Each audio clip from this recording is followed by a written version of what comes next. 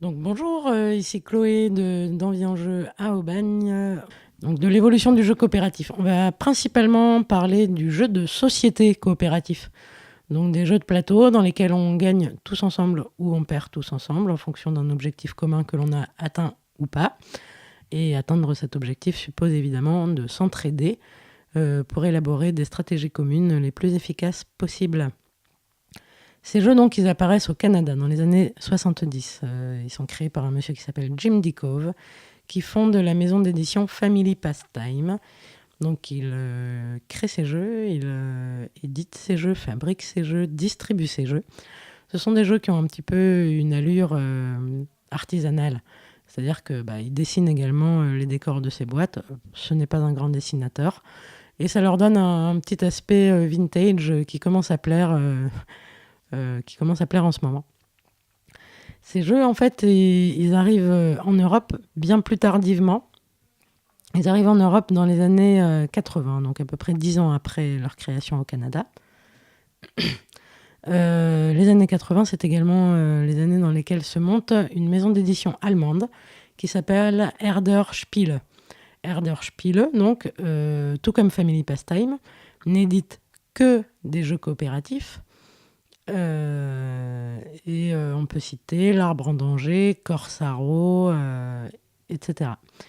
Ils éditent Herder Spiele vraiment 10 ou 15 jeux. Hein. C'est pas une grosse collection.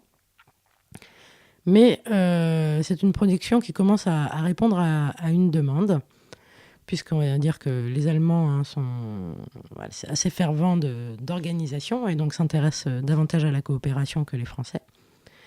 Et en France, en fait, on va dire fin des années 80, il y a deux structures qui vont s'intéresser à ces jeux et qui vont faire des allers-retours de la France à l'Allemagne pour charger leurs voitures de ces précieux jeux et les redistribuer dans leur réseau. Donc on peut citer Jeux de Traverse basé à Merlimont. Les fondateurs s'appellent Philippe et Chantal. Ils sont toujours en activité aujourd'hui. Donc Merlimont, c'est un petit village qui se trouve non loin de Lille, sur la mer du Nord. Et ils ont donc une boutique de jeux de plage. Ils ont une boutique de jeux de plage parce que les jeux de plage se vendent et que donc c'est un petit peu leur travail alimentaire. Mais plus profondément que ça, Philippe et Chantal sont passionnés du jeu coopératif. Ils ont découvert les méthodes d'apprentissage Freinet dans l'école de leurs enfants. Ils se sont beaucoup investis dans les mouvements Freinet. Et étant donné qu'ils ont vent de ces jeux coopératifs, en fait, ils vont en chercher en Allemagne et ils les distribuent dans le réseau des écoles Freinet qu'ils connaissent. Donc progressivement, ils vont ajouter la diffusion, distribution et la vente de jeux coopératifs à leur activité première de vente de jeux de plage. Et ils ont d'ailleurs un site que vous pouvez aller voir, jeuxdetraverse.fr a priori ou .com, dans lequel ils mettent vraiment en avant uniquement les jeux coopératifs. Alors ils sont également ouverts, Jeux de Traverse est également ouvert aux jeux, on va dire, compétitifs qui ne stimulent pas trop la gagne. On peut citer Dixit, on peut citer Concept, des jeux d'ambiance, des jeux conviviaux avant tout, et des jeux coopératifs.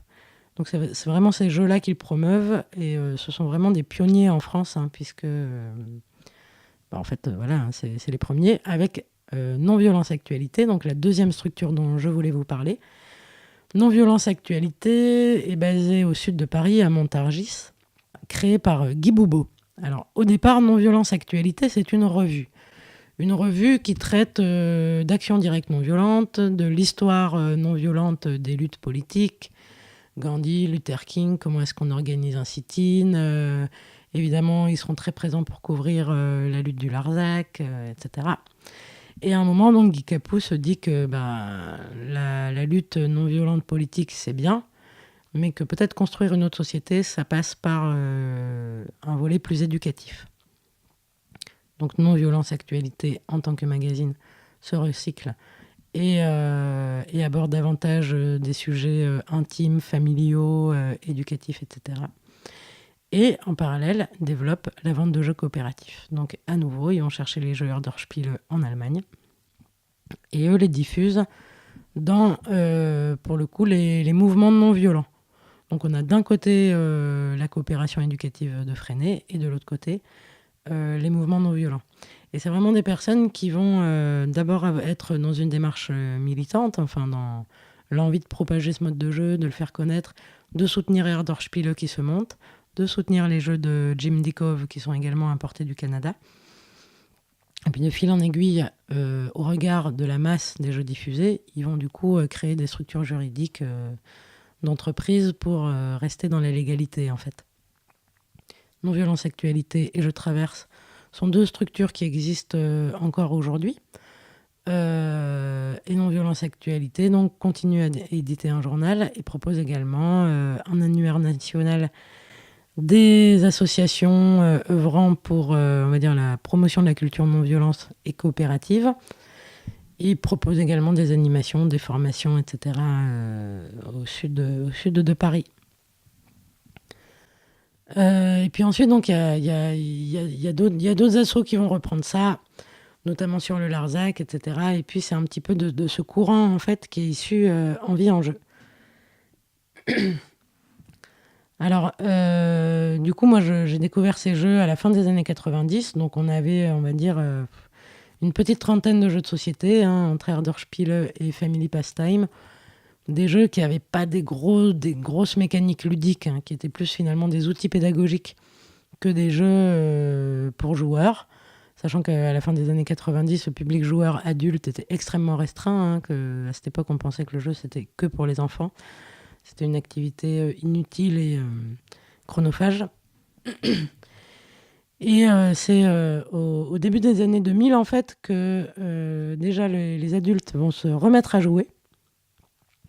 Il semblerait que le Trivial Pursuit ait un peu aidé à refaire jouer les adultes dans la mesure où c'est un jeu sérieux, on fait montre de sa culture, etc. Donc on a moins l'impression de perdre son temps. Et puis dans la foulée, en fait, finalement, la gamme des jeux adultes commence à s'étoffer. Et on assiste à l'édition, en fait, par de grosses maisons d'édition de jeux coopératifs. Donc dans les premiers, on peut citer Horreur à Arkham, Sherlock Holmes Détective Conseil, Les Chevaliers de la Table Ronde, qui a eu un gros succès, qui n'est pas à 100% coopératif, mais qui est intéressant quand même sur ses mécaniques. Et donc, en fait, ces jeux, suivis de Pandémie, par exemple, vont contribuer à faire connaître le jeu coopératif du grand public. Donc, il a fallu attendre 30 ans, en fait, entre l'édition du premier jeu de société coopératif et l'arrivée de ce mode de jeu dans les mains du grand public. Donc aujourd'hui, on assiste en quelque sorte à un boom du jeu coopératif, sachant que c'est un boom très relatif. Aucun jeu de société coopératif, on va dire, avant les années 2000, ou alors des jeux coopératifs adultes qui marchent très très mal, donc qui ne sont pas diffusés. Et depuis les années 2000, en fait, donc, plusieurs jeux ont été ont eu des grands prix, que ce soit au Festival d'Essonne, au Festival de Cannes.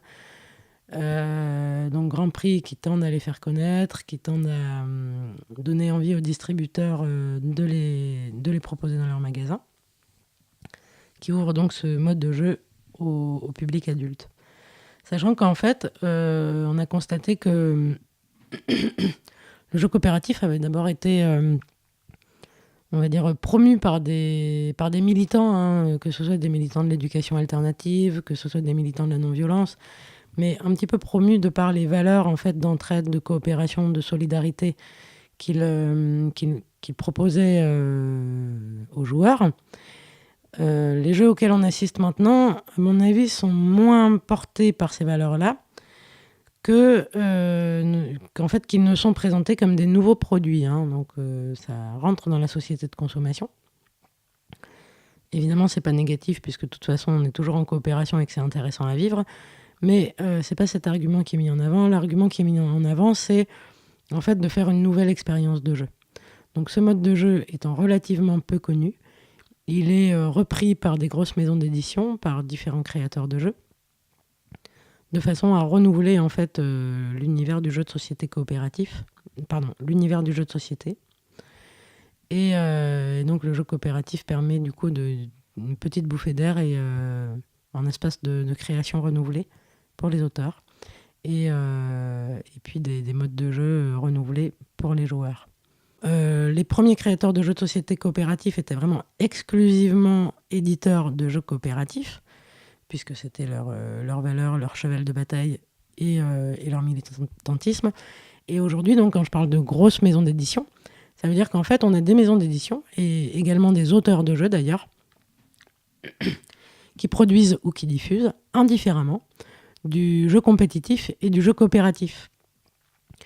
Donc ce boom du jeu coopératif est relatif puisqu'il est noyé dans une masse de jeux compétitifs qui reste extrêmement largement majoritaire. On est peut-être à 2% de jeux coopératifs sortis sur la masse des jeux qui paraissent chaque année, hein, donc ça reste quand même extrêmement minoritaire, voire marginal.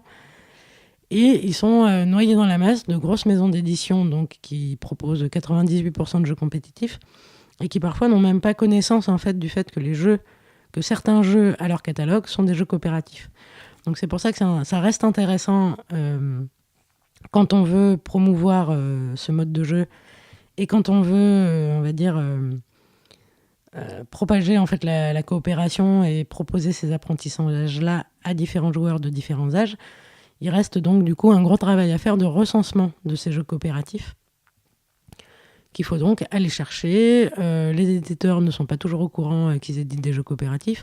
On assiste aussi à des éditions de jeux sur lesquelles sont écrits sur la boîte du jeu, c'est écrit jeu coopératif et puis en fait quand on y joue on se rend compte qu'il n'est pas coopératif parce que la coopération est en train de devenir un mot valise et donc du coup ça fait parfois bien d'écrire ça sur la boîte de jeu alors que c'est pas forcément le cas.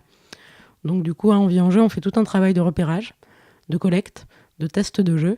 Et une fois ces jeux testés de nombreuses fois auprès de différents publics, on propose aux personnes intéressées de les acheter sur le site jeuxcoopératifs.com, sur lequel on trouve également de nombreux commentaires de jeux assez fouillés qui décrivent en fait jeu par jeu quels mécanismes d'entraide sont mis en œuvre dans le jeu. Et de quelle manière, concrètement, on coopère, quoi. Est-ce que c'est en s'échangeant du matériel, en se répartissant le terrain, etc. etc. Donc ça nous permet d'avoir des commentaires assez intéressants, fouillés et pointus, puisqu'on a une grosse expérience d'animation derrière nous. Donc aujourd'hui, on présente à peu près 160 jeux coopératifs, donc contre environ 30 à la fin des années 90.